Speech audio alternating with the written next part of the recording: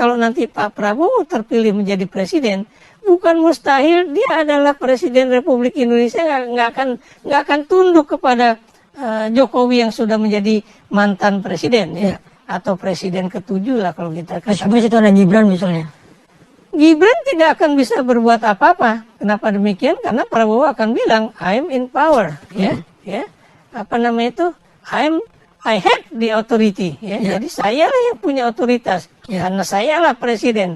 Bapakmu nggak bisa ngatur saya, kamu juga nggak bisa ngatur saya, karena saya lah apa namanya itu pemegang kekuasaan sebagai presiden Republik Indonesia. Dan ini bukan mustahil terjadi, mungkin di bawah 1 tahun, paling lama mungkin sebelum 6 bulan juga Prabowo udah akan merasa posisinya itu adalah pemegang penuh kekuasaan negara, bukan Jokowi, bukan kemudian Gibran juga ya, dan jangan berharap Gibran kemudian akan diajukan oleh Prabowo menjadi calon presiden 5 tahun kemudian. Kenapa?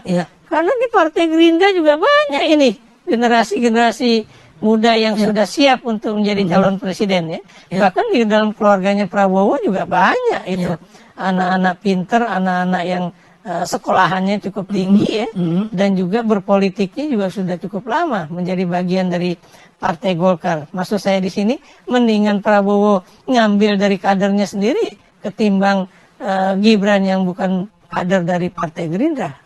Demikian juga Partai Golkar juga suatu saat ya, begitu Jokowi sudah tidak lagi menjadi presiden, dia juga akan merasa, oh Anda kan cuma anak titipan di sini, Anda cuma anak kos di sini, ya, yang harusnya saya bina oleh atau pimpinan baru di Partai Golkarnya akan mengatakan harusnya saya membina kader-kader saya sendiri ketimbang anak kos atau anak titipan ini. Jadi itulah yang akan terjadi di dalam posisi Jokowi vis-a-vis dengan Prabowo ya, dan juga Gibran dengan Prabowo, dan juga antara Gibran sebagai sekarang dititipkan menjadi kader Partai Golkar dengan kader dari Partai Golkar yang memang sebenar-benarnya kader itu sendiri.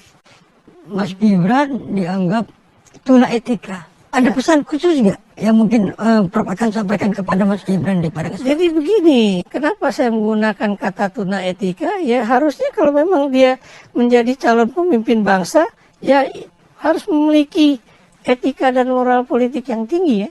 Dan kalau kemudian MK sudah menunjukkan bahwa pamannya itu melakukan pelanggaran etika berat, dia harusnya mundur lah sebagai anak muda yang punya masa depan politik yang masih panjang gitu loh. Jadi saya bukan kemudian menuduh, tapi ini dari proses di Mahkamah Konstitusi kemudian menjadi bagian dari penilaian dari Mahkamah kehormatan MK ya, dan kemudian keluar itu, makanya kemudian saya mengatakan kalau Anda punya etika harusnya Anda mundur.